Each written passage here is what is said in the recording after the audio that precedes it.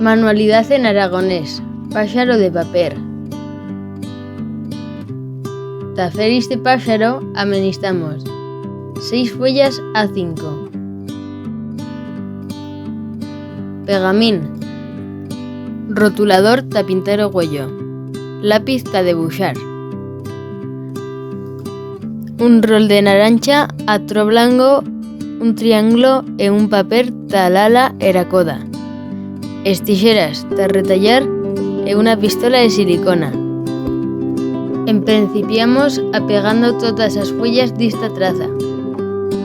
E cuando las tengamos todas xuntas, doplamos o papel como si fésemos un curdión, procurando que las dobleces sean de la mesma mida. Apegamos con pegamín por os cantos ta que nos quede un rol de asinas. Pretamos e lo deixamos plano.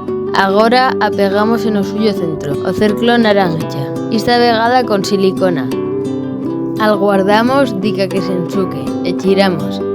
Ta pegar tamén con silicona o huello, o pico, l'ala e la coda. Si queréis pincharlo en bel puesto, apegad una linza por dezaga. E ya tened o vuestro páxaro de papel. Presto ta apretar a volar.